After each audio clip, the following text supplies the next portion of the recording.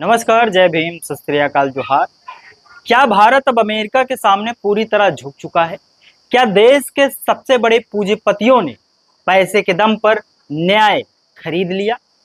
और सबसे बड़ा सवाल, क्या नरेंद्र मोदी की विदेश नीति सिर्फ दिखावा बनकर रह गई है? आज हम बात करेंगे गौतम अडानी, मुकेश अंबानी, अमेरिका के दबाव और मोदी सरकार की उस चुप्पी की जिसने पूरे देश को सोचने पर मजबूर कर दिया। अमेरिका के संघीय अभियोजन ने गौतम अडानी के खिलाफ चल रहा आपराधिक मुकदमा वापस ले लिया है। लेकिन सवाल यह है कि आखिर क्यों? क्योंकि अडानी समूह ने अरबों रुपए का जुर्माना भरा।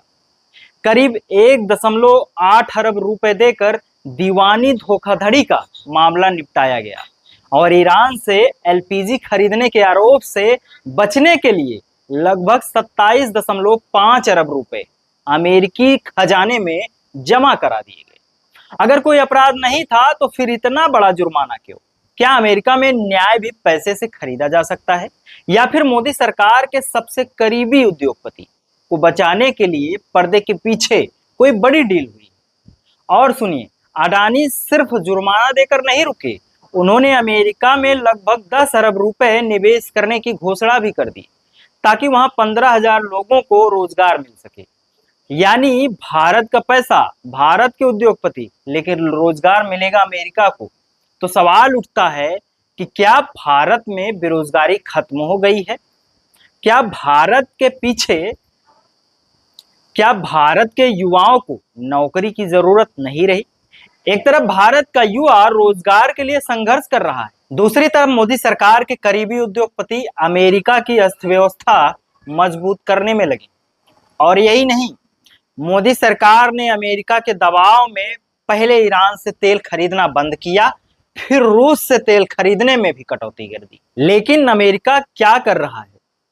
भारत पर भारी शुल्क लगा रहा है, अमेरिका को भारत से कपास न खरीदने की सलाह दे रहा है और पाकिस्तान को अंतर्राष्ट्रीय मंचों पर मजबूत कर रहा है।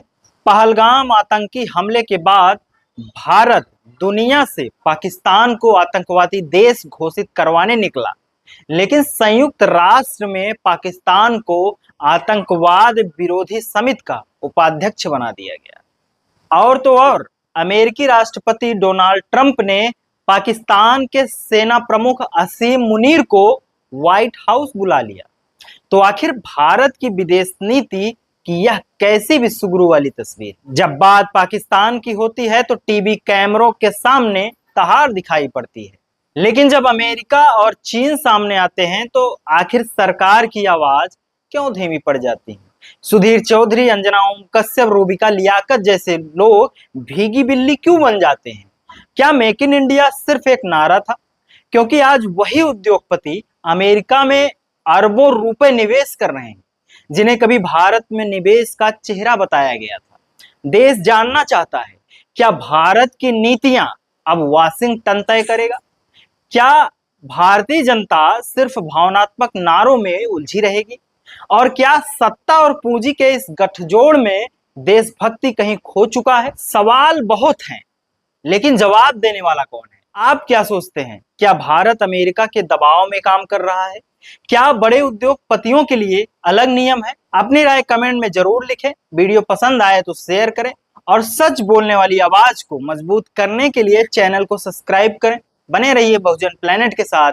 मैं एल के शर्मा नंदुवंशी, बहुत बहुत शुक्रिया।